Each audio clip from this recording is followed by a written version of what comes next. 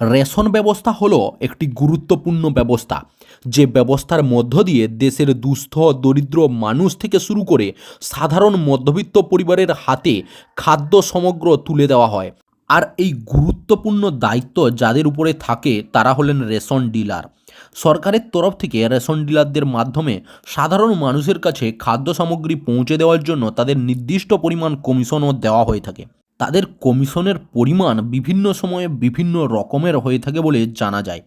তবে তারা যে মোটা টাকা কমিশন পেয়ে থাকেন তা নিয়ে কোনো সন্দেহ নেই, যে কারণে অনেকেই রয়েছেন যারা রেশন ডিলার হওয়ার জন্য বিভিন্ন জায়গায় খোঁজখবর লাগিয়ে থাকেন। এবার এই ধরনেরই রেশন ডিলার হতে চাওয়া মানুষদের সুখবর দিল রাজ্য সরকার। রাজ্য সরকারের খাদ্য ও সরবরাহ দপ্তরের তরফ থেকে 89 জায়গায় নতুন রেশন ডিলার নিয়োগের বিজ্ঞপ্তি জারি করা হলো। রাজ্য খাদ্য ও সরবরাহ দপ্তর সূত্রে জানা যাচ্ছে, রাজ্যের বহু জায়গায় রেশন ডিলারবিহীন অবস্থায় চলছে। এই সমস্ত জায়গাতে ধীরে ধীরে রেশন ডিলার নিয়োগ করা হবে বলে জানা গিয়েছে। সেই মতো দপ্তরের তরফ থেকে কোন কোন জায়গায় রেশন ডিলার নিয়োগ করা হবে তার তালিকাও প্রকাশ করা হয়েছে।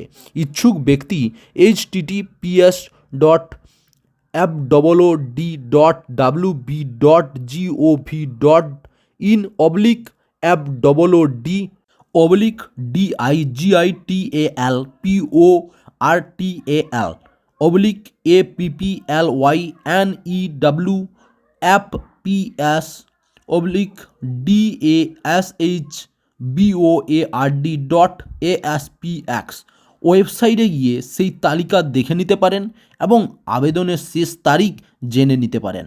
ইচ্ছুক ব্যক্তিরা সংশ্লিষ্ট জায়গায় রেশন ডিলার হিসেবে নিযুক্ত হওয়ার জন্য অনলাইনেই আবেদন করতে পারবেন। আবেদন করার সময় প্রথমে একটি মোবাইল নম্বর দিতে হবে এবং সেই মোবাইল নম্বরে একটি ওটিপি আসবে। ওটিপি আসার পর সেই ওটিপি নির্দিষ্ট জায়গায় দিয়ে পরবর্তী পর্যায়ে যেতে হবে। এরপর যে পেজ খুলবে সেখানে আবেদন করার জায়গা পাওয়া যাবে এবং তারপর নতুন একটি পেজ খুলবে, যেখানে পরপর থাকা সমস্ত কিছু পূরণ করে আবেদন করতে হবে।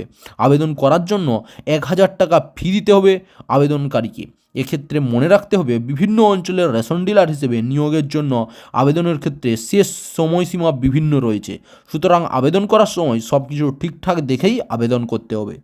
চাকরির খবর থেকে শুরু করে নিয়োগের খবর থেকে শুরু করে ঝড় ঝঞ্ঝা, দেশ বিদেশ, রাজ্য, জেলা এবং আপনার শহরের খবর একটা চ্যানেল আমাদের newsbangla.com-এ সবার আগে আপনারা পেয়ে যাবেন। তাই চ্যানেলটাকে অতি অবশ্যই সাবস্ক্রাইব করে পাশ থেকে বেল আইকনটা ক্লিক করে অল নোটিফিকেশন অন করে রাখুন।